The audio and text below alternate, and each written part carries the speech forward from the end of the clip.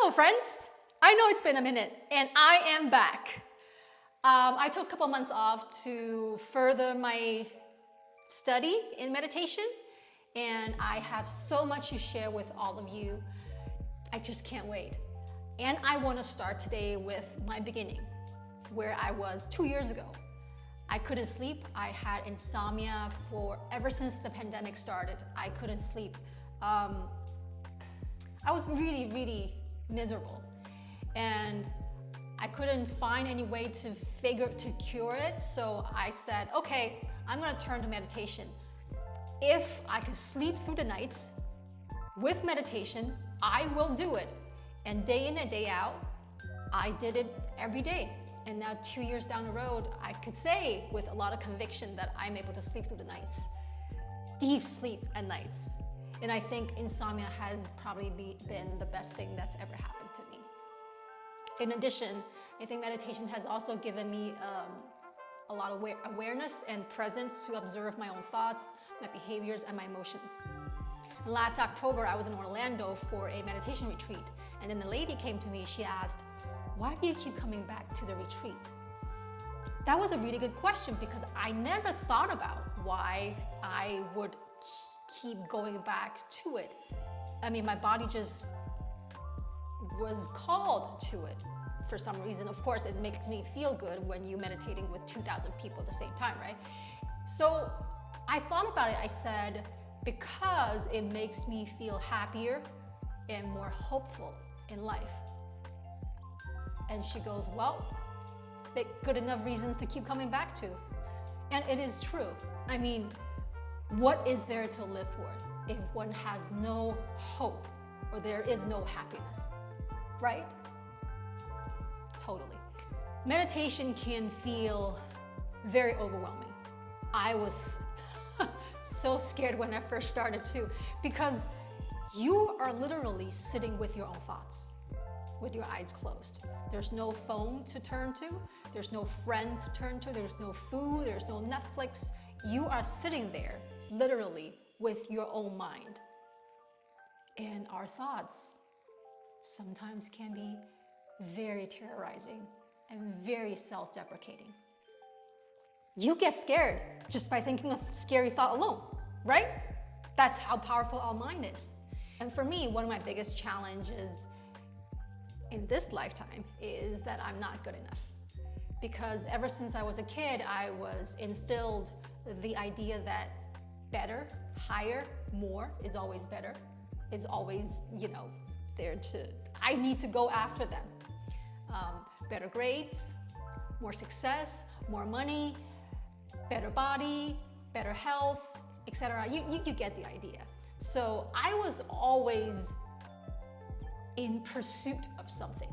So I was always feeling this lack in my life. Never enough, never enough. And and I think my acting career is such an indicative symbol to test my limit as to how much worth I think of myself. And I put such a big emphasis on my professional success because that's how I was taught. And I always thought, when I get the Oscar, I will feel full, I will feel successful, and I will feel enough. And this wanting has driven me to my insomnia, my depression, and my anxiety, and my mental breakdown. I associated my self-worth with my career success. That's how I determine my worth as a human being. If I'm successful, if I made it, I'm worthy. If I didn't make it, I'm a worthless piece of shit.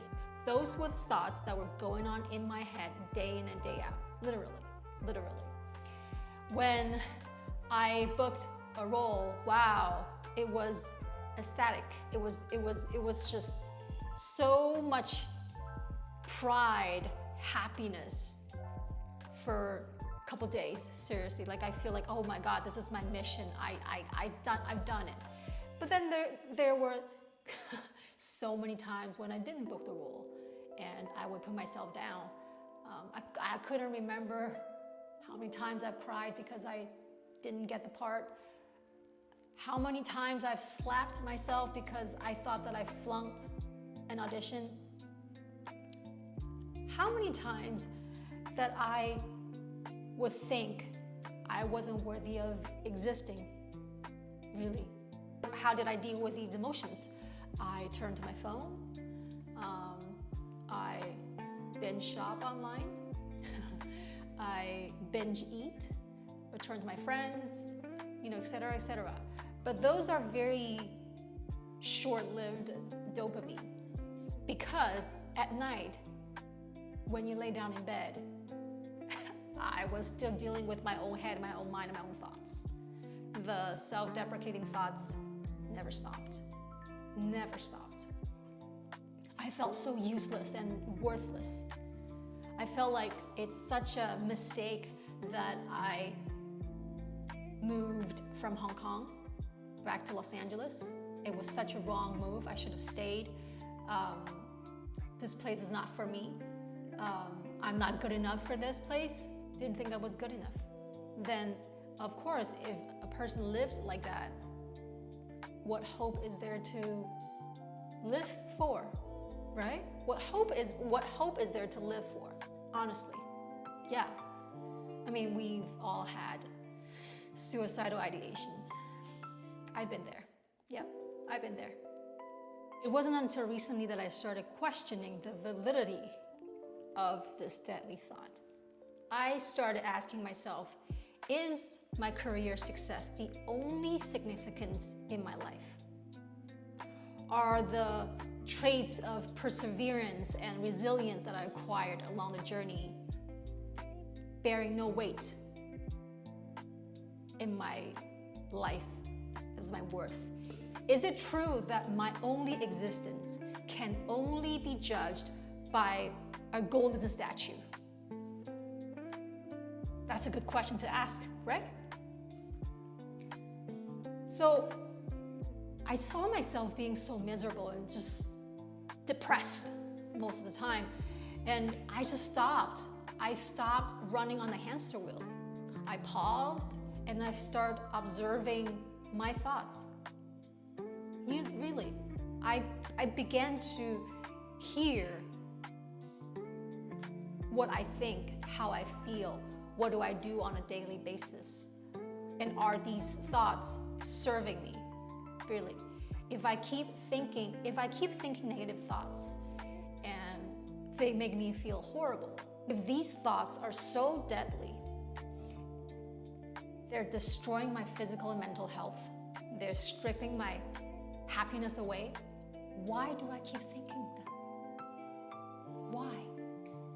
And if there's any possible way that I could stop them and think something else, something more positive that's doing good for my body and my mind. And if I start thinking these positive thoughts, will that change my health and will that change the trajectory of my life? I want to know if there's a different way to live, if there's a different life that I could have if I think differently. I want to become someone else. So I started meditating. I sat with the devil, the inner battle that no one can see because you were just sitting there. But your thoughts were going 100 miles per hour and sometimes they can feel insurmountable, really. There will be so many days where I would come out of the meditation just all soaking wet because I was sweating so much. And there were times where my heart was pounding so loudly, I thought I was gonna have a heart attack. And there were times where my whole body was trembling from the legs to the torso to the head, like the neck. It was shaking the whole time for 20 minutes nonstop. But I sat with them. And of course, many times I cried and I wailed, just, a lot of suppressed old trauma emotions that were coming out so many times. They felt a lot. They felt so overwhelmed at that moment But when I came out of the meditation, I would always feel a little better. Always a little bit better. So I kept on. I kept pushing on. Dr. Joe Dispenza always says, the overcoming process is the becoming process. Yeah, so I overcame and I slowly became. March 25th marks the 2-year anniversary of my meditation journey. I've noticed that I've become a calmer person, less reactive, less scattered, more patient,